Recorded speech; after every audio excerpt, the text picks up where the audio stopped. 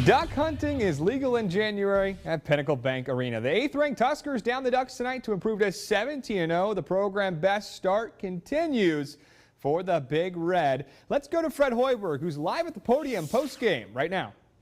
I guess win against different styles of opponents, and obviously I've talked about like the side of Oregon to win that. Yeah, I mean, I think that's the biggest thing, Justin, is, you know, for this particular game, we had to rebound. We had to bring our hard hat. We had to bring our lunch pail. We had to go out and compete with this team on the glass. That's what they do, and that's the reason that I'm sure Dana started that lineup was to beat us up a little bit out there. But I thought our guys responded. I thought, you know, we talked about making first contact on the blockouts. You have to find a way to neutralize the length and athleticism.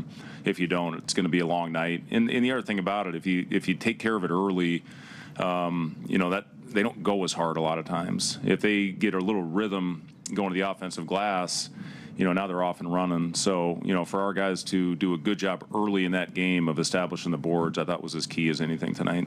Brett, it had been 10 days or so since you've been here, and to have the students back tonight, what's just the feeling of playing in this gym with this environment now and a top 10 team, and the thought that you get to do that several more times over the next Yeah, I mean, if I'm not mistaken, we're pretty much sold out the rest of the year. I think there might be a few tickets left for one or two of the games, but you know, our guys deserve it, and we appreciate the support more than I think anybody realizes. For, you know, you hear it early in the introductions, the Husker Power chant, and it makes a difference. It makes a huge difference for us. If we're going through a lull, we need them to help pick us up at times.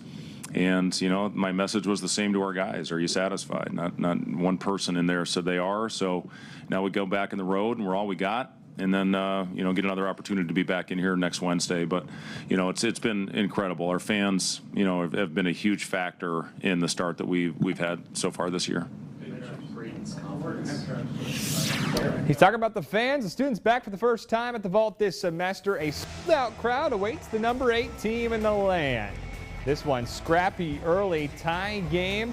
Ball's on the floor. Bryce Sanford to rink mass. Kicks it to the freshman Braden Freger. His three-pointer is good, and the Huskers have a lead. But Oregon would respond. Wei Lin, step back jack over Berke Bayuktanjel. This one's pretty, and he ties the game at 26-all. Later, transition Jamarcus Lawrence to Sanford. He caught fire tonight. Splash, and the Huskers are ahead by 3.